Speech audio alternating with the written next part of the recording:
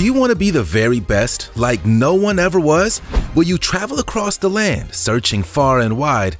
Well, no matter what your quest is, it seems that our strange planet is ready and available to put you to the test.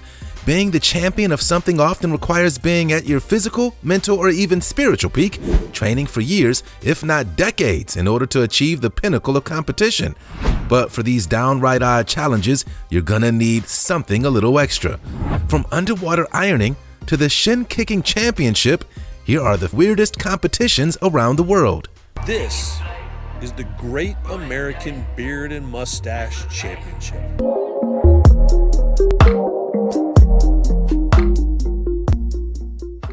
Monkey Bridge competition. All right, for our first entry, what better way to begin than with one of the more precarious obstacle courses you could ever imagine. We're not sure about you, but when you were a kid riding your bike or trike through the neighborhood, there was no better way to spend a hot summer afternoon than by assembling your own kind of time trial challenge to put you and your buddies to the test.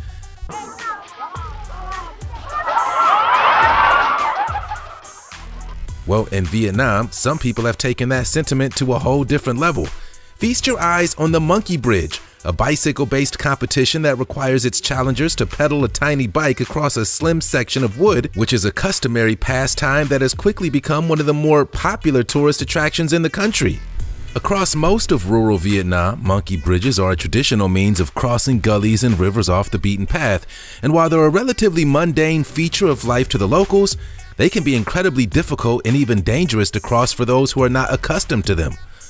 Well, of course, if that wasn't already precarious enough, someone decided to up the difficulty level, and so we have the Monkey Bridge competition, a competition that can be found all throughout the Mekong River area. While many of these challengers make it look easy, we're not so sure. What you guys think? Could you take on this challenge? Let us know your thoughts down below. Hey, did you know that if you smash the like button, subscribe, and click the notification bell, Nail Olympia? While the vast majority of the entries on this list stem from some kind of ancient tradition or practice, in certain corners of the world, a much more contemporary competition has emerged. Here at day 2 of Nail Olympia, and everyone's setting up for their competitions. Wish us all luck. Sure, you might think that getting your nails done is a regular routine kind of deal, but for some ultra-competitive nail technicians, bedazzling their clients with the most insanely decorative shellacs imaginable is the highlight of their calendar year. Feast your eyes on Nail Olympia, a 2-day competitive event that has officially become the nail technician equivalent of the Olympic Games. First originating as the Nail Olympics, the competition began as a small event set up in a back room in Las Vegas back in 2001. But incredibly, Nail Olympia has become so darn successful that it's now gained an international audience, spreading out to the UK, Mexico, Estonia, Canada, and even Australia. Nail Olympia's founding organizers originally consisted of 3 separate organizations, all of which had become leading experts in their field, and their goal was to create a competitive event for aspiring nail technicians to showcase their artistry and expertise, with the intention of establishing a non-biased and non-product-led challenge to showcase the best of the best in the industry. Now, Nail Olympia can be found all across the world, and they even host their own kind of global cup, annually crowning the best nail expert and artist with their highly coveted trophy. World Gurning Championships. Ever heard of gurning? Well, while it's a pretty unsavory side effect of certain narcotics, in the UK, the strange practice of gurning is actually a long-held tradition that spans hundreds of years. Essentially, gurning is the practice of pulling the ugliest and most bizarre-looking face possible, holding that position for a predetermined amount of time, and then being adjudicated by judges and scored alongside other competitors. If that sounds pretty weird to you, well, it is. But astonishingly, it's so darn popular that this ancient tradition has been held for over 750 years. As part of the Egremont Crab Fair in the UK, the first ever gurning event was held way back in 1267, after the Lord of Egremont started the tradition of giving away crab apples from his estate to members of the surrounding countryside. While the Egremont Crab Fair has many annual traditions, such as the Parade of the Apple Cart and a number of physical sporting events, the highlight is definitely the World Gurning Championship, which has become so competitive that winning entrants have gone on to win themselves a spot in the Guinness Book of World Records. The most recent winner, Tommy Madison, has earned himself an incredible 17 titles throughout the years, and he returned to take the top spot in 2019 after taking a break for health reasons. With the look of that Gurn, he's definitely earned it. Tuna-Rama Festival. Alright, if you thought gurning was weird, how about competitive tuna throwing? And no, we're not talking canned tuna or even small slices of sashimi.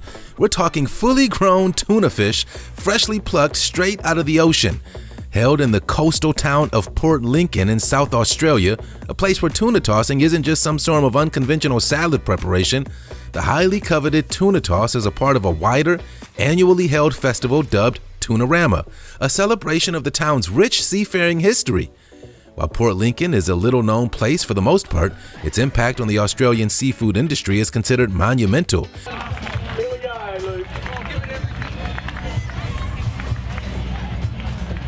And although this small seaside town has a population of just 14,000, when Tuna-Rama is held, thousands of tourists flock to witness the fish-based shenanigans.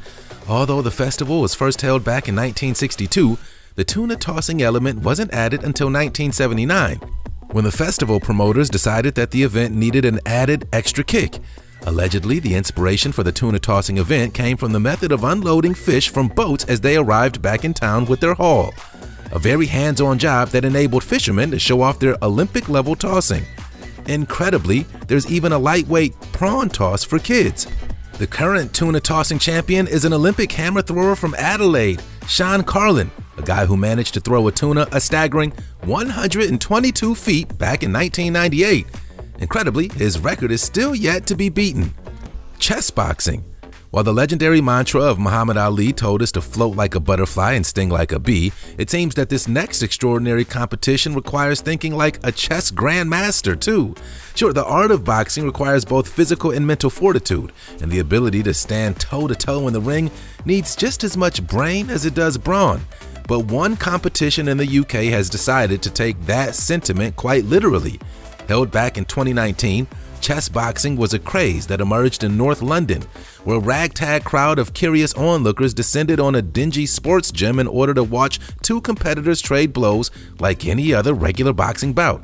However, when the bell rang during the particularly unique battle, the competitors would have to take a seat and go head-to-head at a chessboard. To take home the ultimate glory, the challenger must either force their opponent into a knockout or beat them with their brain in a checkmate. Incredibly, although it isn't exactly clear where this strange sport emerged from, it's believed that a number of underground matches were fought in Germany and the Netherlands throughout the early 2000s, and the sport of chess boxing allegedly took its inspiration from an obscure 1992 sci-fi graphic novel called For Equitor. Although its origins are a matter of debate, strangely enough, this mashup of mental and physical skirmishing has become surprisingly popular, and it seems that chess boxing may be here to stay. The Jungle Marathon. As if the Amazon basin wasn't already terrifying enough, did you know that a breathtaking endurance race is held annually throughout the river's most perilous portion? Held in Manu National Park, deep in the Amazon rainforest, the Jungle Ultra Race encompasses a trail that spans a colossal 142 miles, split into 5 stages of suffocating jungle undergrowth, deadly river crossings, and high-altitude cloud-shrouded mountain valleys. Hills. Good. Right, it's over. Day 1 done. Astonishingly, if that didn't sound panic-inducing enough, believe it or not, but competitors pay to take part in this deadly competition, with a colossal entry price of $3,700 per athlete. While it isn't the only ultra-running event on the planet, it's certainly one of the more perilous. Runners are expected to face choking humidity while putting their body through some of the more taxing physical endurance imaginable. As an entirely self-sufficient race, athletes are responsible for carrying their own kit throughout the jungle, including food, safety equipment, a minimum amount of water, and any specialist gear they require to take on the hostile rainforest. If that isn't terrifying enough, if the athletes don't keep up their pace, then they're required to run through the Amazon through pitch-black darkness with just a head torch to light their way. World Worm Charming Championship. Alright, let's get back to the lighthearted stuff, because running through one of the more dangerous rainforests on the planet in pitch black darkness isn't exactly fun for everyone, right? Well, feast your eyes on the World Worm Charming Championships, the perfect remedy to getting over the fact that people pay to take part in the Jungle Ultra Race. Seriously, what the heck? Sheesh, anyway, worms? Held annually in the small English village of Williston, every year, budding worm charmers descend on a muddy field in order to coax as many earthworms out of the dirt as possible. Known alternatively as worm fiddling, charming, or grunting, the age-old practice of charming worms out of their muddy abode can be found all over the world, and it stems from the necessity of collecting bait for fishing. The official World Worm Charming Championship began back in 1980, and while no one is entirely sure why this event was first held, the contest has since taken part every year, growing in popularity as thousands of people descend to the ground in an effort to find the most worms. The rules are relatively simple. Each competitor is given a 10 by 10 square feet of land to charm as many earthworms from the dirt as possible, and they may use a pitchfork in order to disturb the dirt while making as many vibrations as possible. Incredibly, the current record holders managed to coax out a grand total of 567 worms back in 2009, and their huge haul hasn't been beaten since. Extreme ironing. Ever heard of extreme ironing? Well, while it's an everyday chore that bores the vast majority of us, for some house-proud competitors, being crowned as the champion of extreme ironing is a lifelong endeavor. Incredibly, extreme ironing is an outdoor sport that often combines underwater danger and the excitement of extreme recreation, right alongside the satisfaction of a well-pressed shirt. The rules are simple. Take your ironing board and your steam-pressed iron to the most remote and extreme location possible, and then iron a few items of laundry. Incredibly, this can involve any number of environments, and competitors can be found ironing on a mountainside, ironing deep underwater, or even ironing 15,000 feet in the air. The inspiration for the extreme sport emerged in Yorkshire, England back in 1980, and since then the niche sport has evolved a small yet dedicated fan base. Sound like something you'd be interested in? Well, all you need is an ironing board and a sense of adventure. Swamp Soccer Championships. While soccer is considered to be one of the more popular sports on planet Earth, in one tiny corner of northern Finland, they do things a little differently. You see, while the rest of the globe obsesses over the World Cup, the European Championships, or the Premier League, the quiet Nordic nation of Finland have developed their own variation of the sport. Swamp soccer, an incredibly difficult and physically challenging showdown that blends kicking a soccer ball with the biggest and swampiest terrain imaginable. As its name suggests, swamp soccer is relatively simple. It's a game of soccer played in swampy, muddy conditions, played by two teams of 5 players across 2 10-minute blocks. Incredibly, swamp soccer also encourages drinking too, and competitors often take to the field after sipping a few pints of beer. Swamp soccer first emerged in Finland back in 1998 when officials in a remote town dedicated to take advantage of their surrounding swampland with a niche soccer tournament. Amazingly, the annual event attracts over 200 teams with over 2,000 spectators descending on the town to witness the swamp-based soccer shenanigans. World Beard and Mustache Championships.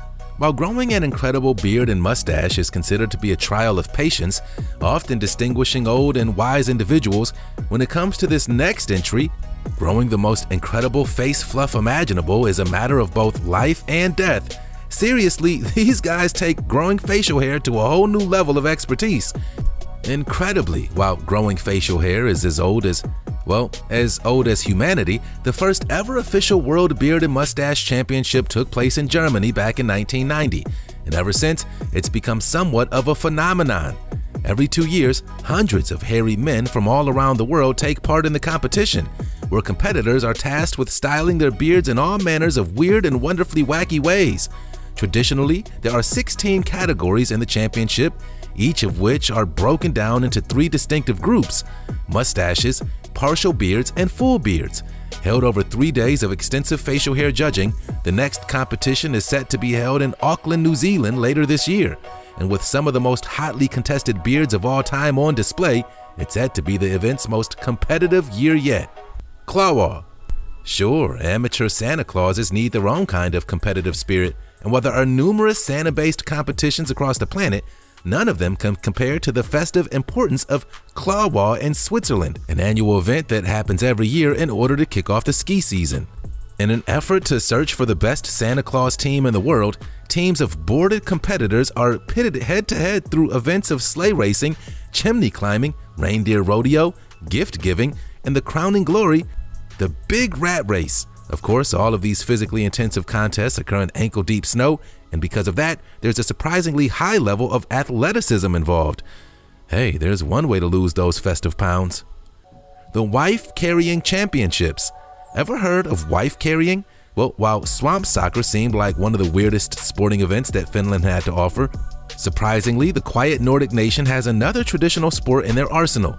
As the name suggests, wife carrying is a contest in which male competitors race against each other while carrying a female teammate. And the objective is for the male to carry the female through a special obstacle course in the quickest time. Surprisingly, it's pretty straightforward. Traditionally known as Yukon Kanto, the sport is said to have originated in the late 1800s when a famed Finnish criminal known as Roukonainen the Robber carried out a spree of abductions on women, kidnapping them from their village and racing back to the thieves' den hiding deep in the surrounding countryside. Although the tradition traces its origin to Finland, the bizarre sport has become strangely popular across the rest of the world, with events being held as far-flung as Australia, the USA, Hong Kong, and India. Battle of the Oranges.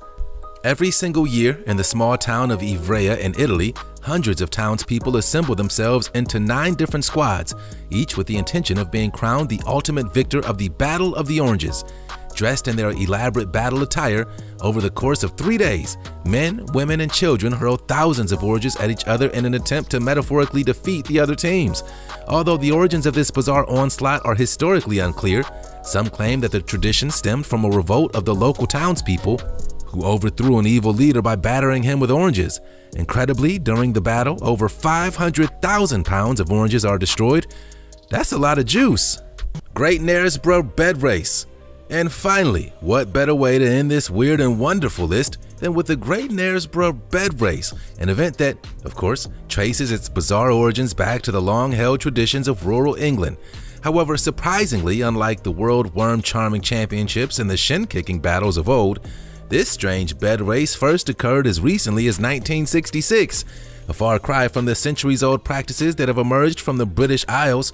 As you may imagine, the rules are relatively simple. Teams are required to assemble their own race-worthy bed, equipped with wheels and handles, and then they race their spring-loaded vehicles along an extensive obstacle course in order to be crowned the ultimate winner.